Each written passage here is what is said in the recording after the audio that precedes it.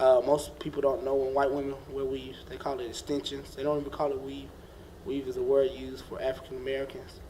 I just learned recently that India is the #1 producer of human hair. And most of that hair is sold to black people, but not by black people. Weave is bad. Do you feel like hair goes deeper than appearance, like it's connected to black women's identity? It is, because I know a lot of black women, and I used to have really long hair in high school, and when I told my parents I wanted to cut my hair, my whole family would just jaw dropped to the floor. Why would you cut your hair? It's so long and so beautiful. And I felt a part of my identity was missing after I cut my hair, because I no longer felt beautiful. I no longer felt different, like I stood out in the crowd. So I do think black women do tend to identify with their hair. Okay, how do you feel? Does the outside world accept black hair? Not in the least. I wanted to run for homecoming queen at the University of Georgia. I told a few of my friends that I was going to go through the interview process, and the first thing that I was told was, Monique, you must take out your braids. I had braids about a month ago, and they said that was too Afrocentric. It does not represent the university. So the outside world immediately attributed my blackness and my braids to who I am as a person and how that could not represent this institution. So I definitely think that black hair is not acceptable. It's not tolerable, especially in the mainstream America, where Six Flags has on there no dreads, twists, or outlandish hairdos. And you know that that's a characteristic of a black America. I don't think that, personally, I don't think that that should be a factor. And, I mean, there's definitely professional ways to wear an afro. I believe that corporate America would want us to try to conform and blend in like everyone else. Again, you have to think about the world that we're in.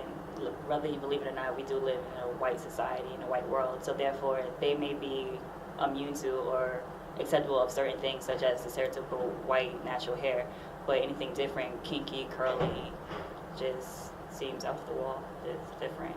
I don't necessarily think that they're trying to conform to white standards. I do feel like when I straighten my hair and with a flat iron, I'm not trying to be white or conform to white standards. I'm just trying to make my hair look the way that I like it to look, in a way that is manageable for me.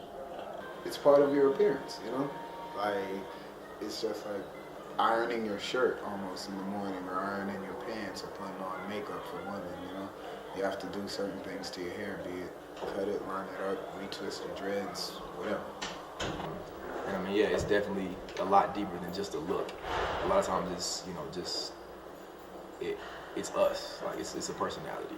I don't feel that who I am is my hairstyle, but I do feel like you can tell, like, that I have personality maybe through my hairstyle, but my hairstyle does not determine my personality.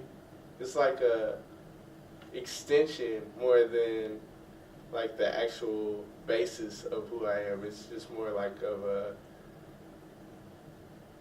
I don't know, it's more of a sprinkle on the dessert that is Robert instead of the main portion or whatever.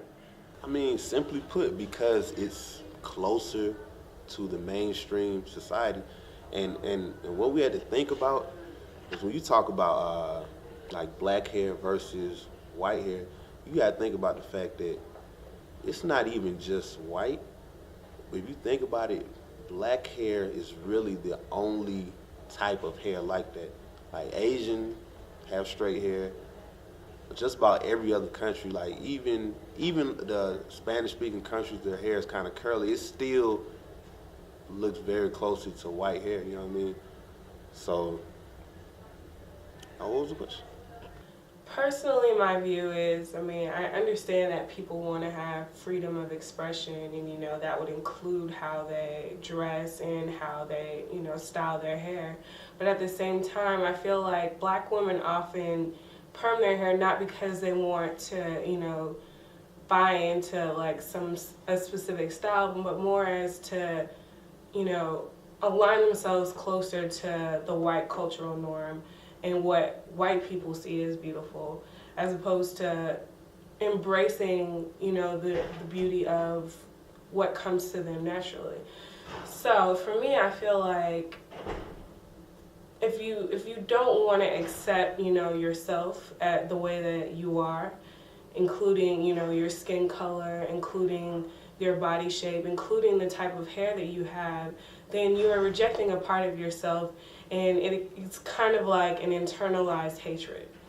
So yes, I think, people have a right to, to perm their hair, but at the same time, I kind of look at it as, you hating yourself in a way, you hating a part of your own body.